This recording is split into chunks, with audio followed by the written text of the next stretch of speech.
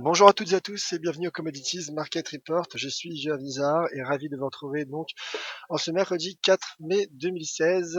Alors je vous laisse prendre connaissance de l'avertissement lié au risque de trading. Ensuite, nous parlerons justement des matières premières avec notamment les métaux précieux qui sont mis en difficulté par le rebond du dollar américain, le dollar américain qui poursuit son rebond technique, mais également nous ferons un point sur la macroéconomie car il y a eu la nuit dernière les chiffres de l'emploi en Nouvelle-Zélande et cet après-midi il y a un calendrier macroéconomique chargé du côté des États-Unis puisqu'il y aura tout simplement, d'une part, pour les matières premières, les stocks de pétrole hebdomadaires selon le département de l'énergie américain, mais il y aura également l'enquête ADP de l'emploi privé aux États-Unis, il y aura la balance commerciale américaine et il y aura également le PMI non manufacturier selon l'agence ISM. Alors, l'avertissement lié au risque de trading, comme vous le savez, négocié sur marge sur le marché des devises ou via des produits CFD comporte un risque élevé et ne peut être recommandé à tout investisseur. FXCM ne pourra en aucun cas être tenu responsable de pertes de dommages occasionnés, incluant sans restriction des pertes ou manques à gagner qui pourraient découler directement ou indirectement de l'utilisation de ces informations. Voilà donc pour ce disclaimer. Bonjour à tous sur le chat. Bonjour Scud, bonjour Luc.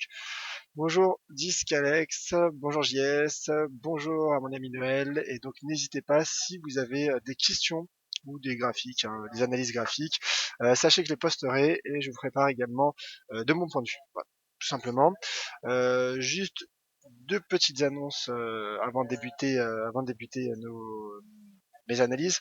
Euh, Tout d'abord, vous me retrouverez à 11 heures donc pour le morning meeting. C'est moi qui assurerai le morning meeting de 11 heures. On reviendra un peu finalement sur les paires majeures, les paires croisées et également sur les indices. Donc voilà, première information. Deuxième information, vous me retrouverez également demain donc en ce jour férié, j'assurerai deux webinaires, donc un le matin à 11 heures, où j'assurerai le morning meeting, et un autre webinaire l'après-midi. Il y aura également voilà, des articles en ligne. On suivra l'actualité en votre compagnie. Et donc, je vous attends nombreux à tous ces rendez-vous. Voilà donc pour cette partie informative. Passons à présent aux, euh, aux analyses, tout simplement, aux analyses avec le cours de l'once d'or. Le cours de l'once d'or, donc comme je le disais, qui est mis sous pression finalement par le rebond du dollar américain, comme vous pouvez le constater sur le graphique, sur ce graphique de l'US dollar index. Finalement, l'US dollar index, donc qui en effet conserve un risque baissier bien qu'il effectue son rebond technique. Alors en effet, il y a un seuil d'aversion de polarité, un seuil finalement de résistance qui est intéressant à surveiller à 11 885 points. Donc en effet, un pullback sur ce niveau est un scénario qui me paraît envisageable. C'est un scénario qui me paraît envisageable. En tout cas, j'ai une conviction plutôt baissière sur le dollar américain en une vision moyen terme. Et concernant le US dollar index, concernant cet indice d'FXM, US dollar index, un retour sur le point bas de ce canal ascendant, sur donc les 11 630 points, me paraît envisageable. D'ailleurs, ce qui est intéressant également de constater, c'est cet indicateur de momentum RSI, écoutez, qui ne parvient pas à casser la borne 30, mais qui ne parvient pas non plus à franchir la borne 50. Donc finalement, le momentum est plutôt à l'équilibre. Mais le risque me paraît baissier sur le dollar américain. C'est d'ailleurs là une des raisons pour lesquelles, du point de vue de l'analyse fondamentale, mon biais est haussier concernant les métaux précieux et plus particulièrement le cours de l'once d'or, car l'once d'or est inversement corrélée à l'évolution du dollar américain. Mais l'once d'or bénéficie également de son aspect refuge. C'est la raison pour laquelle, euh, l'once d'or a selon moi un potentiel de hausse encore, bien qu'il ait bien progressé ces dernières semaines, au vu justement au vu justement du risque baissier qui s'empare des marchés boursiers. Alors, en effet, les marchés boursiers qui sont également pénalisés par l'ISM, par les PMI chinois, par les différentes statistiques chinois, notamment sur l'activité manufacturière et non manufacturière, qui ont été publiées tout au long de cette semaine, tout au long de ce début de semaine, qui confirment finalement la décélération, le ralentissement chinois en cours. Donc en effet, dans ce contexte, l'once d'or, qui est venu chercher les 1300 $ en ce début de semaine, teste à présent un seuil d'inversion de polarité à 1280 $, et c'est un seuil justement qui fait réagir les marchés, puisqu'il y a une première réaction haussière, en tout cas pas haussière, mais en tout cas un premier rebond sur ce niveau, sur cette ancienne résistance, devenue support potentiel, qui correspond d'ailleurs également à cette petite oblique, à cette oblique haussière de court terme formée depuis la séance du 12 avril dernier. Donc nous avons un niveau de cluster. Alors certes, cette oblique est légère, je dirais, au vu de son ancienneté, mais il y a tout de même ce seuil à 1280 $ qui pour le moment soutient le marché de l'or, soutient le marché de long or. Donc dans ce contexte, et comme le montre l'indicateur MACD, en effet nous sommes dans une phase de repli technique. En effet, le marché a effectué une prise de bénéfice, mais le métal jaune conserve selon moi son potentiel de hausse. En tout cas, en swing, je maintiens ma cible à 1345 $. 1345 $, et qui correspond finalement à ce point haut, du 9 juillet, du mois de juillet 2014. Et 1300 $ me paraît bien évidemment envisageable à court terme. Je pense en effet, de la même manière qu'il y a 2 mois, le marché avait du mal finalement à franchir les 1200 $, mais une fois que le marché avait franchi 1200 $, le cours s'était envolé quasiment en ligne droite, pour aller chercher les 1260 $. Donc je pense que l'on peut s'attendre à un scénario semblable, avec le seuil cette fois-ci des 1300 $ pour le cours de long terme. Le cours de l'argent, alors le cours de l'argent qui est positivement corrélé à celui de l'or, euh, conserve également un potentiel de hausse. On voit que la dynamique depuis le début de l'année est haussière. La tendance est haussière depuis le début de l'année 2016. Alors en effet, il y a un repli technique qui, du point de vue de l'analyse technique, s'explique notamment par cette divergence baissière, par cette divergence standard baissière de RSI, avec le momentum RSI. Comme vous le constatez, les prix ont un sommet de plus en plus haut. Le marché a un sommet de plus en plus haut, lorsque l'indicateur RSI a un sommet plus bas que le précédent, un deuxième sommet plus bas que le précédent, et cette divergence a été validée puisque le RSI est passé sous ce creux, sous entre guillemets la ligne de coup de ce RSI. Donc en effet, pour le moment, il y a un repli technique qui pourrait finalement se poursuivre jusqu'au 17 voire 16,90, car il y a un support à 16,90 $, mais il y a également ce chiffre entier à 17, comme on le sait, comme je l'expliquais hier, les chiffres entiers attirent toujours en quelque sorte les marchés. Donc en effet, cette zone est une zone de retracement possible, mais un pullback sur ce niveau justement me paraît envisageable. Et mon objectif court terme, alors non pas en intraday, quand j'emploie le terme court terme, je parle de quelques séances. Donc voilà, d'ici potentiellement la fin de semaine, voire début de semaine prochaine. En tout cas, la cible à 18 $ me paraît envisageable, donc dans les prochaines séances, pour le cours de l'once d'argent, qui devrait également bénéficier du repli attendu, en tout cas que j'attends, du dollar américain, selon moi. Le pétrole, à présent, alors le pétrole, c'est comme chaque mercredi, généralement la matière première à suivre, car cet après-midi à 16h30, il y aura les stocks hebdomadaires de pétrole aux États-Unis. Alors bien évidemment, j'analyserai les chiffres dans le détail avec vous ce soir à 17h30 dans la closing bell, et également demain du coup dans le morning meeting, puisque comme je le disais, j'assurerai ce point de marché. Donc le cours du pétrole, en effet, qui également, écoutez, subit une prise de bénéfice, donc repli technique, mais il s'agit selon moi d'un simple mouvement de marché. Comme vous le voyez, nous avons eu également des baisses par le passé, mais cela n'engage pas, selon moi, la tendance à la dynamique haussière du baril de brut. Alors en effet, comme vous le voyez, il y a une droite de tendance qui s'est formée, une droite de tendance haussière qui s'est formée depuis la séance du 11 février, donc depuis son point bas à 26 $, proche des 26 $ le baril de WTI. Donc le retracement Le marché a retracé et est passé sous les 44,17, 44,17 qui n'est pas un niveau anodin car c'est un niveau tout simplement qui, comme vous le voyez en daily, car c'est plus parlant en daily, qui a soutenu les cours par le passé de manière assez significative. Donc c'est un niveau de support qui compte, hein, comme vous le voyez, hein, même depuis le début de l'année 2015. Donc en effet, c'est un support qui compte, un support majeur. Mais en effet, il y a également ce niveau de support à 42 dollars, qui est un niveau finalement un seuil d'inversion de polarité. Hein. Donc en effet, c'est une expression que j'apprécie employer, mais c'est une expression pertinente car le seuil d'inversion de polarité donne un niveau pertinent, un niveau de support ou de résistance potentiel pertinent, mais ce niveau de 42 correspond à un autre niveau, comme justement on analysait ça hier avec Sylvain, hier après-midi on regardait cela ensemble. 42 correspond également à 23,6% de retracement, donc un des seuils de retracement de Leonardo Fibonacci. Donc en effet, ce niveau, hein, cette zone même à 41, 86 et 42 dollars est une zone qui pourrait faire réagir les marchés. Donc en effet, un pullback sur les 42 et qui correspond également, regardez, et qui correspond également donc à cette droite de tendance haussière. Donc un cluster important à 42 pourrait justement un pullback sur ces 42 dollars me paraît envisageable. En tout cas, c'est un scénario que j'envisage pour le cours du pétrole. Bien évidemment, il est risqué aujourd'hui de trader le cours de l'or noir pour deux raisons fondamentales. Tout d'abord, comme vous l'avez compris, les stacks hebdomadaires aux États-Unis.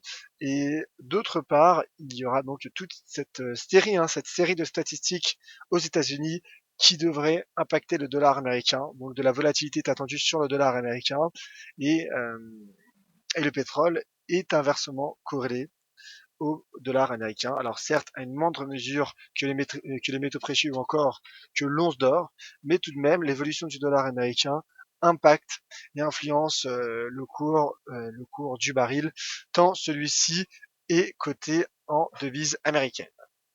Voilà donc pour le cours, l'analyse graphique finalement du cours du WTI. Juste pour être complet, un point juste fondamental concernant le consensus hein, qui s'attend à un restockage cet après-midi, la semaine passée plutôt. Hein, nous serons cet après-midi, mais en tout cas les chiffres porteront sur la semaine passée.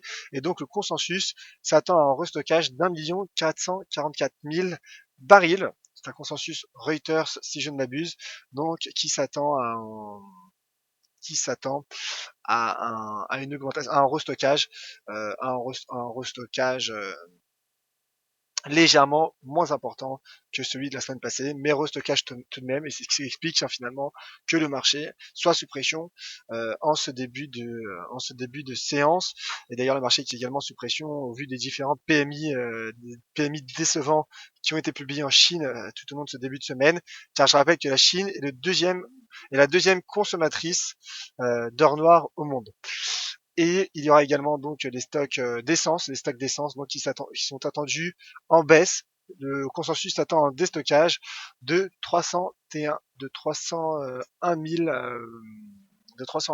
barils d'essence la semaine passée aux États-Unis. Voilà donc pour le cours du WTI, hein, ce qui concerne l'analyse technique ou l'analyse fondamentale. Je pense avoir été complet. N'hésitez pas sur le chat justement à me le signaler ainsi, notamment si vous avez des points sur lesquels vous désirez que je revienne. Alors Lucas Oil à présent, donc le cours du Brent, hein, le Brent également qui se replie, qui effectue un repli technique, mais ça n'engage pas, ce repli n'engage selon moi pas cette tendance dynamique haussière visible hein, depuis le début d'année 2016 donc sur les pétrolières.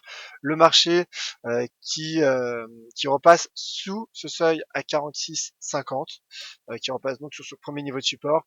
Je pense que 42,60 est le niveau qui pourrait également faire réagir le cours du Brent hein, de manière parallèle hein, au cours du WTI qui lui donc a un seuil important à 42 dollars. Je pense que 42,60 est un seuil qui pourrait sur lequel en tout cas pourrait effectuer un pullback le cours du Brent. D'ailleurs, il y a également donc ce cluster que nous retrouvons également pour cet actif, puisque cette droite de tendance haussière correspond finalement avec ce seuil horizontal à 42 42,60. Donc un pullback sur 42,60 me paraît envisageable. En tout cas, aujourd'hui, je ne toucherai pas au Brent, mais j'attendrai en effet potentiellement les 42,60 et j'analyserai également la force, la force et la dynamique de ce repli, avec notamment les différents indicateurs de momentum et de tendance tels que la MACD ou encore l'indicateur RSI. Voilà donc pour les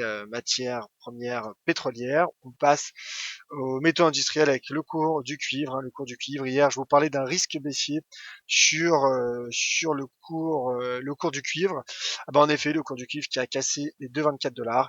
Donc là clairement qui se rapproche de ma cible énoncée hier dans le Commodities Market Report à 2,20. En tout cas c'était une zone, pour être totalement transparent, c'était une zone entre 2,20 et 2,19. Le marché s'en rapproche doucement mais lentement. Ce qui est intéressant et surtout, je pense, important de comprendre et d'analyser sur le cours du cuivre, c'est finalement cette résistance à 2,30 qui a joué son rôle de résistance parfaitement et donc qui est finalement qui a remis en cause qui a remis en cause cette résistance, a remis en cause cette dynamique haussière pour de court terme, en tout cas pour le cours du cuivre. En d'autres termes, sous 2,30, le risque en tout cas me paraît plutôt baissier. D'ailleurs, regardez, ce qui est également intéressant de constater, c'est cet indicateur de momentum RSI en unité de temps 4 heures qui valide et qui forme une épaule, tête-épaule. Voilà. Donc le risque est clairement baissier. La ligne de coup est en train d'être franchie. En tout cas, le RSI teste cette ligne de coup de RSI. Et en cas de franchissement, en tout cas, cela validerait finalement cette baisse et la mise sous pression du cours. Donc en effet, cela, le cas échéant, et en cas de cassure des 2,19, le prochain niveau de support à 2,14 me paraît très envisageable. Alors, le cours du gaz naturel, j'avais énoncé hier une stratégie de rebond, en gros une stratégie de trading range depuis le début de la semaine, puisqu'en effet, lundi, comme je l'annonçais, je vous sépare de mon biais baissier sur le cours du gaz naturel. Mon objectif avait été atteint, mon objectif à 2,06. Hier, je vous annonçais également le fait que je jouais le retour sur ce niveau, sur les 257. Pour le moment, le marché en prend la direction. Donc rien d'autre à dire pour le cours du gaz naturel. Je joue tout simplement le trading range. Et donc avec une cible à 257. Je vais avancer car je vois qu'il y a beaucoup de questions, donc je vais me dépêcher.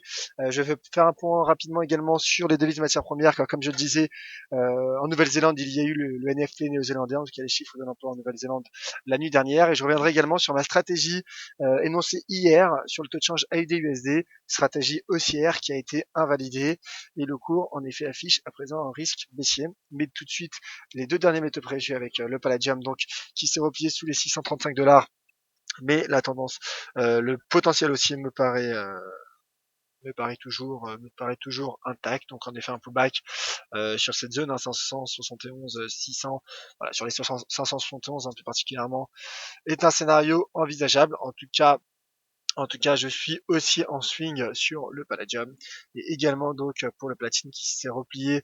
Il y a eu un reflux du cours sous les 1088 $, mais un retour sur 1088 et à moyen long terme sur les 1175 $ me paraît envisageable pour le cours du platine, tant la dynamique est haussière et tant mon scénario est baissier sur le dollar américain malgré un rebond technique. Alors l'USDK, dans les faits, vous avez été nombreux hier à me solliciter, notamment sur Twitter ou encore durant la closing bell, l'USDK dans les faits qui rebondit et qui tente de franchir cette droite de tendance baissière formée depuis la séance du 21 janvier 2016. Écoutez, selon moi, il s'agit pour le moment d'un simple rebond technique. Alors si certes, ce franchissement de droite de tendance est validé, écoutez, dans ces cas-là, je reverrai peut-être mon analyse légèrement à la hausse. En tout cas, un pullback sous les 1,2845 est un scénario qui me semble envisageable. Je pense qu'on peut gérer son risque avec, d'une part, cette droite de tendance baissière, mais également ce seuil d'inversion de polarité à 1,2845. En tout cas, je maintiens à l'heure actuelle mon objectif baissier à 1,2375. bien que cela prenne du temps. Voilà, hein. Comme je le disais tout à l'heure pour l'US dollar index, le RSI est pris en sandwich entre la bande 50 et la bande 30 et ce rebond s'explique donc d'une part par le rebond technique du dollar américain et d'autre part par le repli technique pour le coup des cours du pétrole. Passons donc à présent au dollar néo-zélandais et au dollar australien. Alors en effet le dollar néo-zélandais qui d'une part avait été mis sous pression en début de semaine donc par les mauvais PMI en Chine et est mis également sous pression par la hausse du taux de chômage en Nouvelle-Zélande, le taux de chômage qui a augmenté à 5,7% alors que le consensus l'attendait à 5,5% et le chiffre du trimestre précédent a également été revu en hausse malgré une augmentation de 2% des créations d'emplois le trimestre précédent en Nouvelle-Zélande. Ce qui explique finalement que le dollar néo-zélandais soit sous pression, mais c'est finalement une baisse, alors en intraday, qui reste pour le moment mesurée. En tout cas, du point de vue de l'analyse technique, le marché teste ce fameux seuil majeur à 0,69 $, qui est proche de cette droite de tendance haussière, car le cours se maintient, continue de fluctuer dans ce canal ascendant formé depuis le début depuis début d'année 2016. Donc pour le moment, je maintiens mon scénario haussier de long terme pour le NZD USD et je vise donc, comme vous le savez, cette zone à 0,75, 0,76 sur du long terme. Je dis bien sur du long terme, donc pour le coup, ça peut être fin d'année 2016, peut-être même début d'année 2017 en tout cas. Ma conviction haussière est forte sur le NZD USD, bien que le cours s'attaque finalement à, à la frontière entre entre un scénario haussier et un scénario baissier, cette frontière donc qui se situe à 0,69 $. Alors un mot pour finir et ensuite je passerai aux questions sur l'AUD USD. En effet, hier, j'ai été piégé par la première réaction du marché, par une réaction haussière du marché sur cette droite de tendance haussière. Comme vous voyez, comme vous l'avez remarqué hier en direct, c'était un scénario qui fonctionnait, mais la droite de tendance a fini par lâcher. D'une part en raison du rebond du dollar américain et d'autre part euh, par la baisse surprise et inattendue de 25 points de base des taux directeurs de la RBA la nuit précédente. Le risque est baissier à présent. Le risque est baissier puisqu'un pattern de continuation, une configuration technique de continuation a pris forme avec la configuration donc sous la forme de trois méthodes descendantes. Comme vous le voyez, nous avons ici une belle bougie rouge, nos trois bougies ascendantes, puis une deuxième rouge qui est plus basse que la première bougie rouge. En plus, les corps sont larges, les ranges sont larges également, ce qui confirme, ce qui donne plus de sens, à cette configuration. Alors là, en effet, il y a un léger rebond technique, une légère prise de bénéfice, mais un pullback finalement sous les 0,75-10 est un scénario qui me paraît envisageable. Donc je pense que le risque est plutôt baissier à court terme pour l'AUD USD qui pourrait atteindre les 0,7390 $, 0,7386 $ pour ce taux de change. Donc en effet, les devises matières premières, donc le dollar néo-zélandais, dollar australien et dollar canadien, à court terme sont sous pression, pourraient poursuivre finalement leur repli, mais sur du long terme, je pense qu'ils conservent un potentiel de hausse, comme j'expliquais notamment sur mon analyse NZD USD. Voilà donc pour ce tour d'horizon. Rapidement aux questions. On passe aux questions et donc là c'est un graphique et un commentaire, un beau graphique de la part de Discalex que je vous montre, que je mets sur mon écran. Donc c'est un graphique sur l'US Oil, donc l'UWTI, et Discalex qui déclare: je teste cette analyse, même si je sais bien qu'elle n'a rien d'académique. Voilà ma dernière marche possible avant un rebond possible. Qu'en pensez-vous? Bah écoutez, mon cher Discalex, bon, déjà ce qui aurait été intéressant, c'est de zoomer un peu, notamment sur les dernières bougies. Mais en effet, il y a cette boîte, donc ce support potentiel qui correspond alors là en effet, c'est c'est un graphique en données. Alors je n'ai pas, d'une part, je n'ai pas l'unité de temps, donc ça en analyse technique c'est quelque chose de très important. Toutefois, ce qui est intéressant également de remarquer donc cette oblique haussière que vous avez formée. Le problème c'est qu'on ne voit pas le graphique d'assez loin. Car en effet, ça aurait été intéressant de voir l'importance de cette oblique haussière. Et moi, comme je le dis, hein, pour le WTI, je pense que le retracement pourrait atteindre les 42, donc qui correspond également à des niveaux de Fibonacci, mon cher Discalex. Et regardez les points pivot, on les voit à peine sur votre graphique, malheureusement, mais d'après ce que je remarque, en effet, le marché teste le point de pivot, donc qui pourrait être finalement signe d'un futur rebond, mais comme vous l'avez compris, selon moi, je pense que le retracement pourrait se poursuivre jusqu'à 42$ pour le WTI.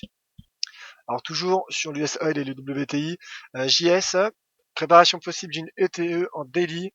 On regarde ça tout de suite. On regarde ça ensemble tout de suite. Alors, une ETE, je vais juste alléger un peu mon graphique. Une ETE. Alors si vous parlez, si vous faites référence à cette épaule, il y a cette tête. Pour le moment, je dirais que il reste la moitié du travail à accomplir, car il faudrait que le marché, donc d'une part, poursuive son repli, pour ensuite aller former la deuxième épaule, proche des 44. Pour le moment, non, enfin, je dirais qu'il n'y a pas de TE, et quand même il y aurait une TE, il faudrait qu'elle soit validée par la cassure de la ligne de cours qui correspondrait au point bas des 42, 40. Moi, je pense, comme je disais, tout simplement que le cours pourrait poursuivre son retracement jusqu'à ce niveau de cluster pour ensuite repartir à la hausse. C'est un scénario, en tout cas, qui me paraît plausible. Alors, le Brent, cette fois-ci. Le Brent et ses visiteurs. Bonjour Yoav, je suis baissier sur le Brent et je vise 42-45. Qu'en pensez-vous?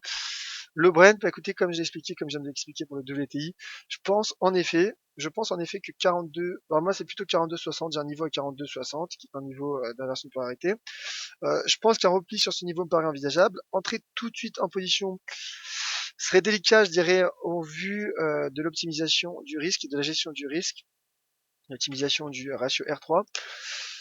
Moi, je pense plutôt, moi en tout cas de mon côté, je pense qu'attendre un repli sur 42,60 pour dégager une stratégie de rebond, une stratégie haussière pour ensuite viser 46,50 est un scénario qui me paraît tout de même un peu plus pertinent, tant le ratio R3 finalement et le risque pourrait être géré avec ce double niveau de support. Alors JS, super, les marchés seront tous fermés. Juste demain et vendredi aussi, non, les marchés seront bien ouverts. Quasiment l'intégralité des marchés seront ouverts, à part l'indice suisse et l'indice de Hong Kong, si je ne m'abuse. En tout cas, pour les CFD que l'on propose chez FXM. Donc, les marchés coteront demain. Et c'est la raison pour laquelle, donc, on assurera, l'équipe des FX, en tout cas par mon intermédiaire, assurera des points de marché. Donc un le matin, le morning meeting à 11h, et un autre l'après-midi, je vous confirmerai l'horaire, j'en saurai un peu plus tout au long de cet après-midi. De toute façon, il y aura également des analyses sous la forme d'articles sur le site d'IFX. Quoi qu'il en soit, je vous attends nombreux demain à 11h. Et d'ailleurs, je vais devoir bientôt vous laisser. Je finis rapidement avec les questions, car on se retrouve dans 10 minutes pour le morning meeting et on fera un point. Vous connaîtrez mon point de vue sur les différents indices sur les marchés boursiers et également les différentes paires majeures et quelques paires croisées également. Alors, visiteurs, justement, sur le gaz naturel. Alors, bonjour, Ngaz redevient bearish. Non, comme je disais sur le cours du gaz naturel, il y a pour le moment un trading range. Et Noël Clément, Noël en tout cas, qui n'arrive pas justement à poster des graphiques sur l'or et l'argent. Bah écoutez, si vous avez des problèmes pour poster des graphiques, donc là je m'adresse à l'ensemble des auditeurs, essayez de laisser un commentaire également. Parfois il faut laisser un commentaire en plus je dirais, du fait de poster ce graphique. Sinon, en effet, peut-être actualiser votre page ou peut-être même prendre un autre navigateur internet. Donc voilà, mon cher Noël, je ne peux pas te dire plus, mais en tout cas, Noël qui est visiblement boule or argent et plutôt bear sur le cours du gaz, donc en effet le cours du gaz naturel. Alors sur le cours du gaz naturel, je pense tout de même d'abord que le cours pourrait atteindre les 257 avant potentiellement de se replier. Pour le moment, en effet, sur le cours du gaz naturel, je suis plutôt trading range, stratégie trading range, donc tendance plutôt latérale. En tout cas, c'est mon biais, je peux me tromper, mais écoutez, j'assurerai le suivi de cette stratégie tout au long de cette semaine. Dernière question, peut-être. Alors, Tony, juste, l'AID-USD break-even, j'espère. Écoute, mon cher Tony, pour le moment, en tout cas, l'AID-USD est baissier, le risque est clairement baissier. Et donc, Tony, pour une dernière question, en tout cas, un dernier commentaire, regarde USD MXN. USD MXN.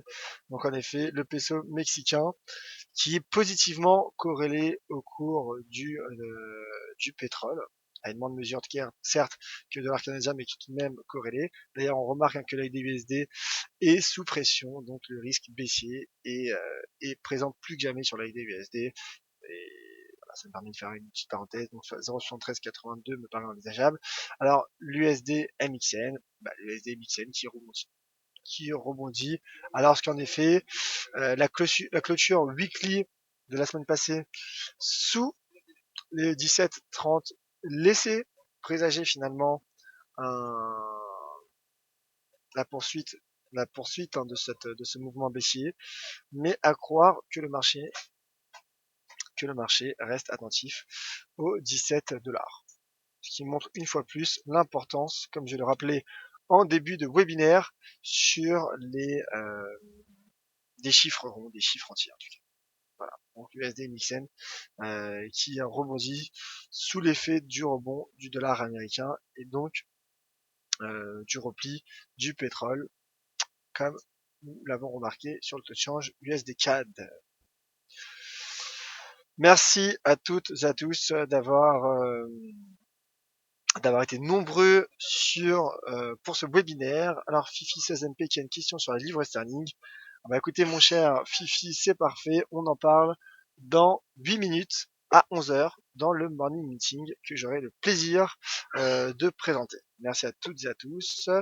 On se retrouve donc à 11h et à 17h30 pour la closing bell et vous me retrouverez également sur Twitter @YoavNizar. Très bonne journée, à tout de suite, c'était Yoav pour DailyFX.